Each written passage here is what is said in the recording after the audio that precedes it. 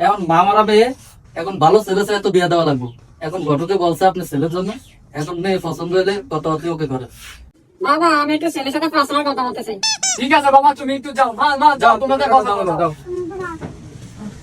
কি বলবো বড় সাহেব, এই যুগের ছেলে মেয়েরা নিজের পছন্দটারে খুব এই যে গুরুত্ব আমরা করে। বুঝি ব্যাপার। বাবা আমার তো মেয়ে মাসাল্লাহ পছন্দ।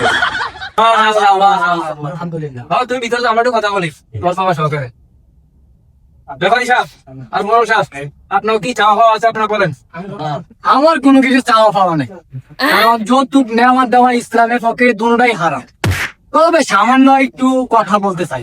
জামাই তো মেয়ে নিয়ে আপনার বাসায় যাতায়াত করার জন্য খালি একটা মোটর সাইকেল দিলেই হবে, আর আমার ছেলে অফিসে যাতায়াতের জন্য একটা প্রাইভেট গাড়ি দিলে হবে। আর আমি মুরব্বী মানুষ, বাসা বেকার বসে থাকি, আমার 8-10টা গরু কিনে দিলে ওরা তাহলে মেয়েরই থাকবে। তবে আমি একটু দেখাশোনা করতাম আর কি, আমার সময়টা ভালো কাটতো। আর কোনো কিছু চাওয়া নাই, যৌতুক মতুকের ভিতরে আমি নাই। আর যৌতুক তো আল্লাহ পাক এড়িয়ে হারামই করছে। যৌতুক মতুক আমি চাই না, আমার এই শুধু সামান্য একটু দিলেই হবে। ঘটক সাহেব, মোরল সাহেব তো ইসলামিক অনেক সম্মান করে, যৌতুক দেওয়া হারাম, নেওয়া হারাম, সে বলতে আছে।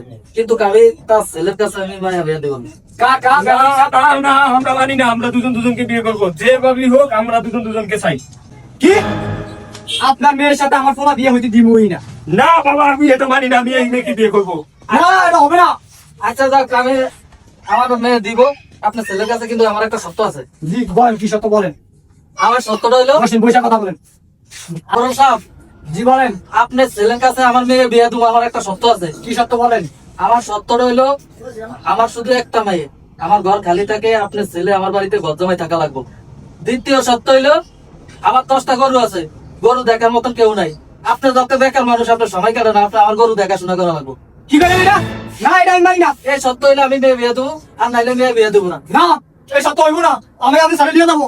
না না বাবা, আমি আপনার মেয়ের বিয়ে করবো, আপনার মেয়ের সাথে বাঁচবো না। কি হারামির দপ্তরে কি ভালো একটা ছেলে জন্ম হয়েছে। হারামি কইলি কারে? আমি নাকি তোর ঘরে এরকম ছেলে জন্ম হয়েছে, তুই হারামি নাকি? এই আপনারা থামেন বসেন। আপনাদের জন্য বুঝছি আমাদের এই বিয়ে হবে না। আমি ওরে ভালোবাসি, ও আমারে ভালোবাসে। আপনাদের পিটাপিটি মারামারি যা ইচ্ছা তা করেন, আমরা দুজনকে বিয়ে করবো। আমরা গেলাম, আল্লাহ হাফেজ। যৌতুক দেওয়া হারাম, নেওয়া হারাম। এই যৌতুকের লাগিয়া বাংলাদেশে হাজারো মেয়ের বিয়ে ভাঙিয়া যাইতে আছে। কিন্তু আমার দেওয়া সমর্থক ছিল, কিন্তু অনেকের থাকে না। সবাই যদি আমার মতন এমন প্রতিবাদ করেন যৌতুকের বিরুদ্ধে, বাংলাদেশে কেউ যৌতুক নিতে পারবো না। সবাই আসেন, আমরা সবাই প্রতিবাদ করি। আল্লাহ হাফেজ, ভালো থাকবেন, সুস্থ থাকবেন, আল্লাহ হাফেজ।